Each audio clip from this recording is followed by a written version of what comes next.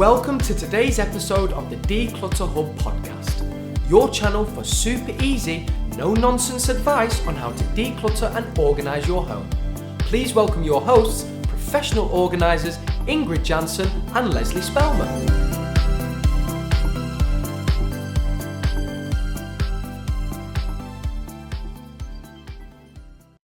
Hello and welcome listeners to episode 101 of the Declutter Hub podcast. I'm Ingrid. And I'm Lesley.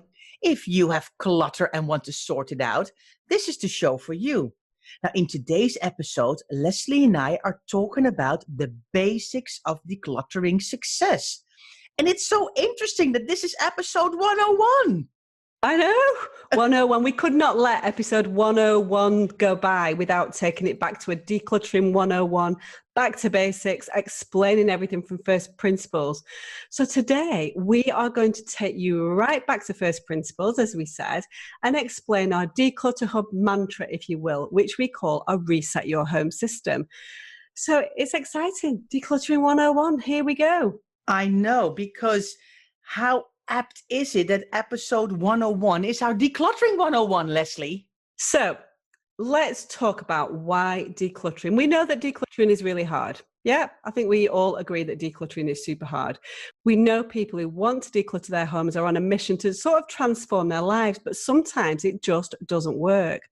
So at the Declutter Hub, we use a very simple reset your home system, but we need to explain what that actually means, don't we?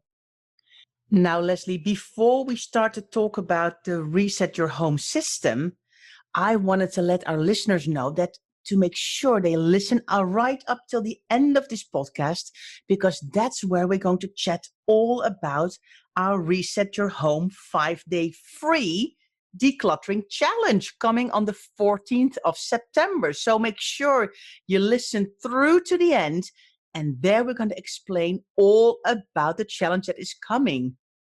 Yeah, we've been preparing that challenge and it is super exciting, isn't it, Ingrid? We know all our listeners love our challenges. And so, but it's been a while. I think how long is it since we've done a challenge? It's been ages. So it was COVID and we did a boot camp and we did a 40-day challenge in the Facebook group, but like a 5-day decluttering challenge. I don't know. That's been a while. So we're super, super stoked to have it all getting ready for you. So let's talk about the Reset Your Home system. It has 3 basic components: reset thought by thought, reset room by room, and reset day by day. So let's talk a little bit now, Ingrid, about reset thought by thought.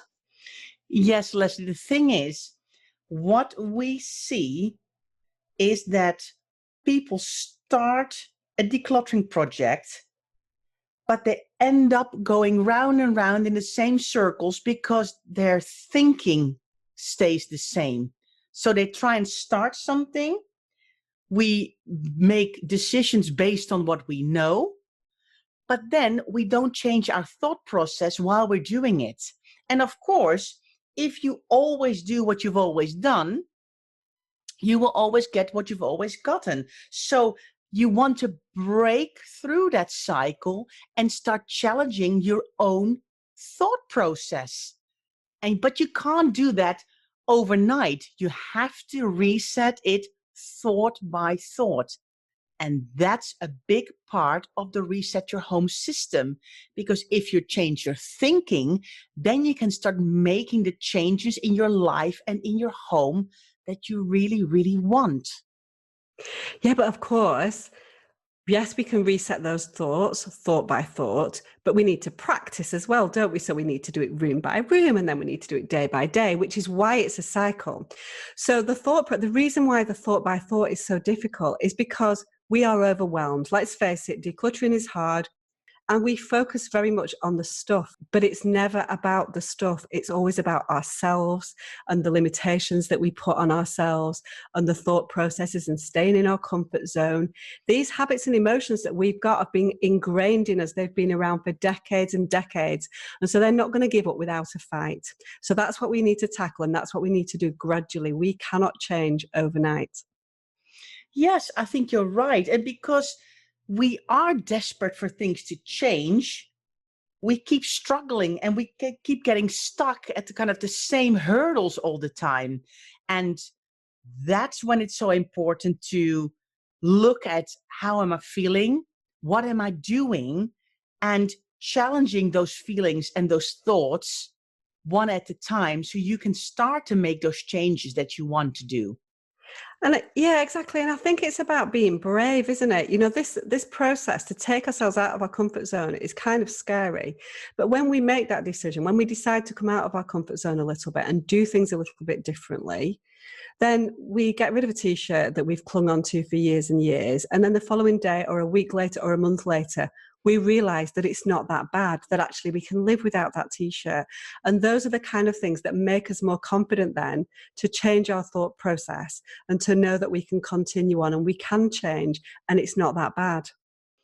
Yes, I think it's true because, of course, in the beginning of your decluttering journey, it's like this gigantic mountain of things and of decisions that you have to take.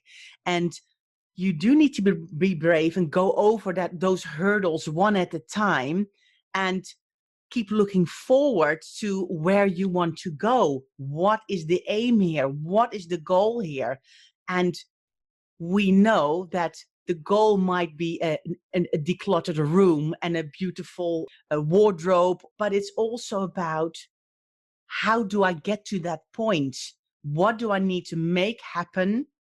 Where do I need to shift my thinking? How do I change my mindset one thought at a time to get there? You're so right. So in the first instance, what we need to do is we need to come out of our comfort zone and we need to want it, don't we? We really need to want it. We need to want that change. That has got to become a more powerful emotion than keeping stuff that we felt comfortable with for years and years. And that's the key, isn't it?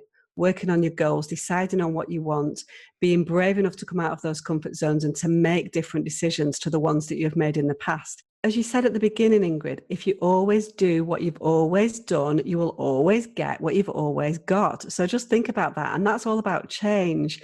We need to change something. We need to change our thought process. We need to change our mindset. And we need to do that one step at a time. We cannot do that overnight. And that's the interesting thing. And we need to do that by learning. Yeah. And we learn to change our thought process by doing it room by room. So let's now talk about the next stage in the Reset Your Home system, which is room by room. Yes, Lesley, it's so interesting. What do we see all the time with people who are in our Facebook group, people who are in our members area? They want to start with the hardest room. They want to start with the area they've struggled the most with. And some people call it the room of doom or the room of terror or the scary part of the house, or that's where they want to get started. And what do we say?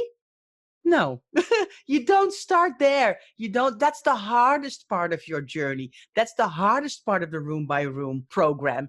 You need to start with something that's easier.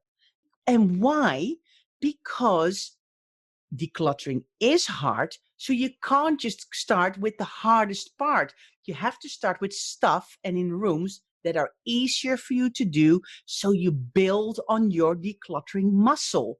Now, this is not a real muscle, just to explain this to our listeners, but it's an internal muscle that you need to grow and build on. So when you do easier decisions first, it gets easier to make the harder decisions later down the line.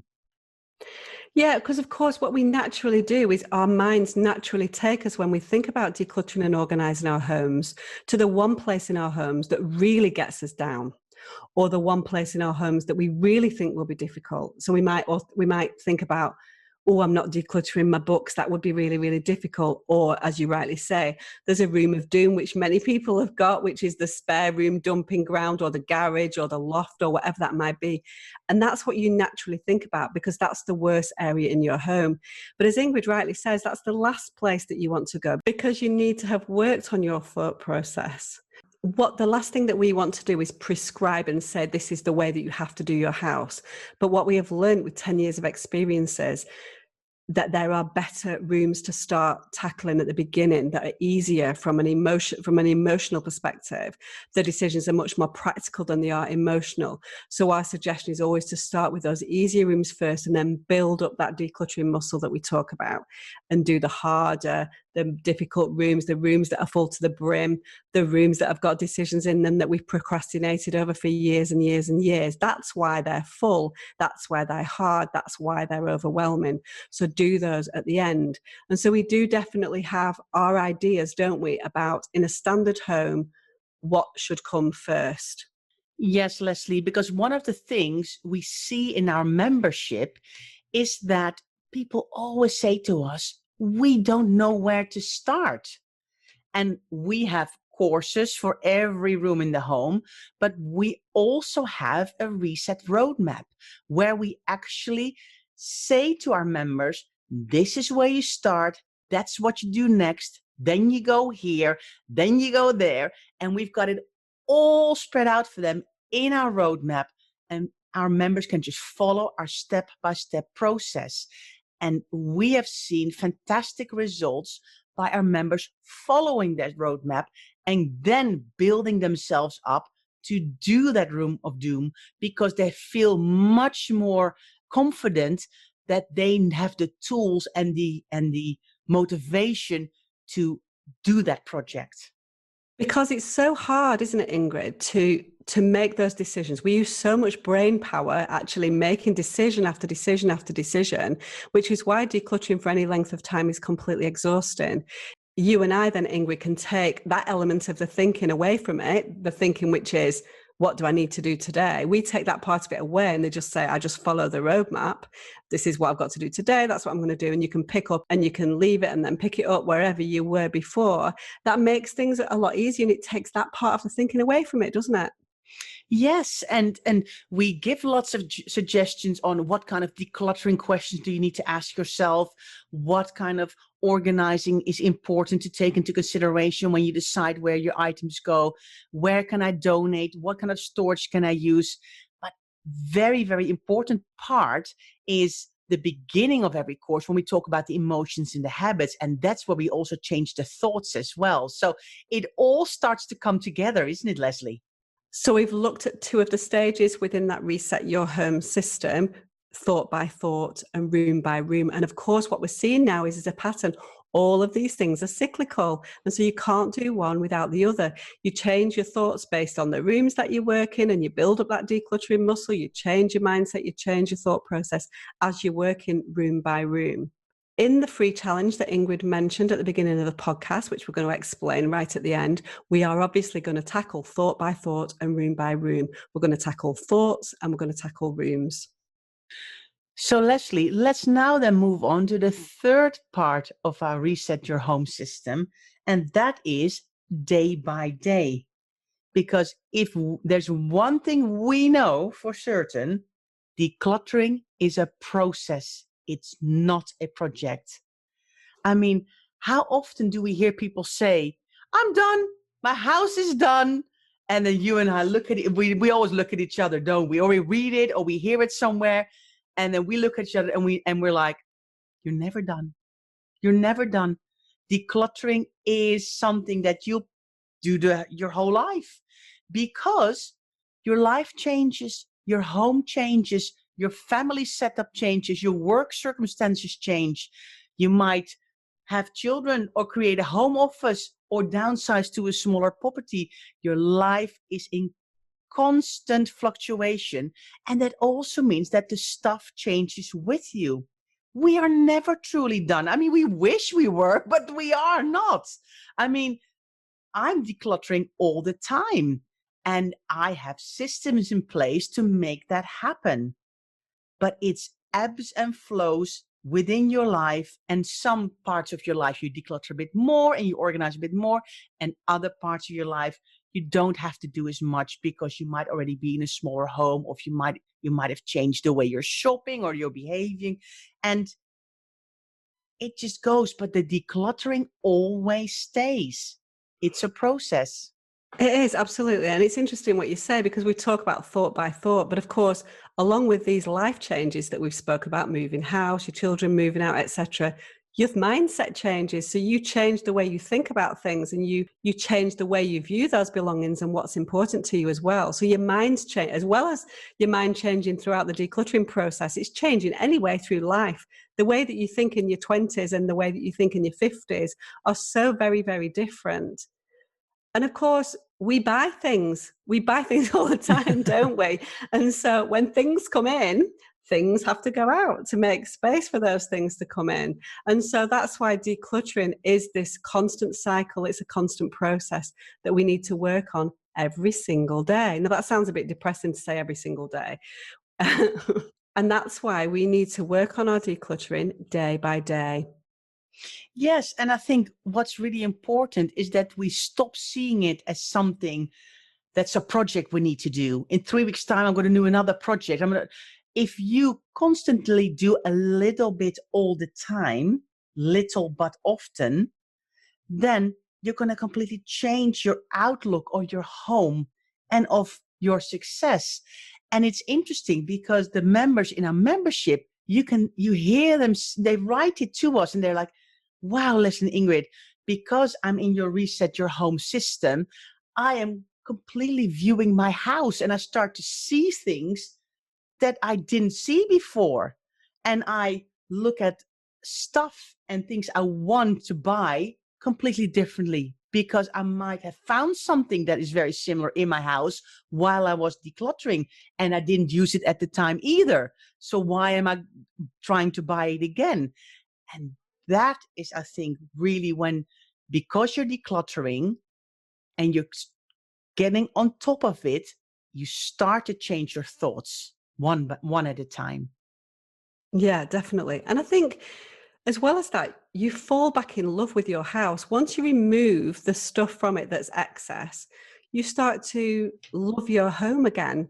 You know, when we are surrounded by stuff, our homes become sometimes a burden. We don't want to be there because every time we walk into a room, it's a little bit depressing. All we see in front of us is projects. Yeah, let's call them projects. We've got to declutter this room. We've got to do that. That's a mess. This is a mess. I've got to do this. And it becomes very, very depressing day after day after day, and it's monotonous. But by decluttering and going through that process and spending the time and energy on it, it's important to spend that time and energy only going through that and giving your time over to this process. What that means is you're going to appreciate much more the outcome. And that's what we see. This change in mindset is completely what it's all about. The bags of clutter that go out your house, honestly, are a byproduct of this journey, aren't they, Ingrid? Yeah. Yes, they are the tangible thing that you take out, and it's fantastic to take things to the charity shop or to give them away. But the real transformation is in the change in your mind. So yes, Lesley, I mean, day by day, this third part in the cycle of the Reset Your Home system is super important. And that's why on day 5 of our challenge, that's when we're going to talk about what day to day means. You're not going to do massive decluttering projects every day of your life, but there are certain things you need to do every day. So you start to stay on top of your decluttering and on top of your house. And on day 5 of the challenge, that's when we're going to talk about what does that mean and what do you do? We love a daily reset, don't we? We love a reset. Love it. So we're going to tell you all about what our daily resets look like for sure. So we have gone through our Reset Your Home system. We've thought about thought by thought. We've talked about room by room, and we've talked about day by day. And it's a cycle. And so you're constantly going to be whirring around this cycle. It's never probably going to be as bad as the first time you go around the cycle. This cycle is going to get less over time, but it is constantly going to be something that you need to think about to keep your home in order.